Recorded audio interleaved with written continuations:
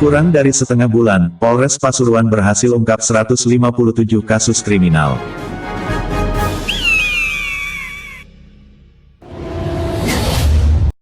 Angka kriminalitas di Kabupaten Pasuruan menunjukkan grafik yang sangat mengkhawatirkan.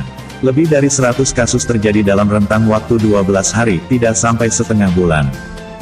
Beruntung, tingginya kriminalitas itu diimbangi dengan kesigapan Polres Pasuruan dalam menangkap satu demi satu para pelaku kriminalitas tersebut. Terbukti, beberapa pelaku dan barang bukti dihadirkan di hadapan para awak media di halaman Mapolres Pasuruan pada hari Jumat, tanggal 7 Agustus tahun 2020.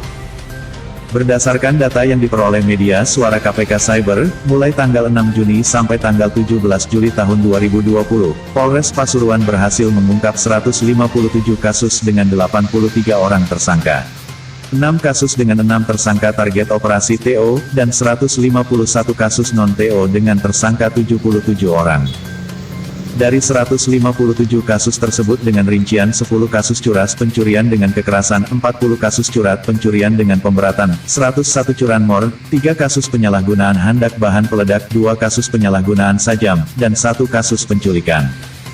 Menurut Kapolres Pasuruan AKBP Rofik Ripto Himawan dalam press release menyebutkan, bahwa pelaku yang paling banyak adalah pencurian dengan pemberatan, pencurian motor, mencongkel mobil, kemudian bongkar rumah dan seterusnya. Sementara itu, barang bukti yang disita juga terbilang cukup banyak, totalnya mencapai 78 buah. Di antaranya 2 mobil, 32 motor, sebuah sepeda angin, sebuah TV, sebuah PlayStation, 9 bondet, 3 sajam, dan 3 STNK. Kemudian ada juga 3 obeng, 2 sarung bantal, 4 handphone dan dosbook, sebuah kotak bor, 2 linggis, 2 jaket, sebuah kaos dan celana, 5 besi tralis, dan sebuah server CCTV.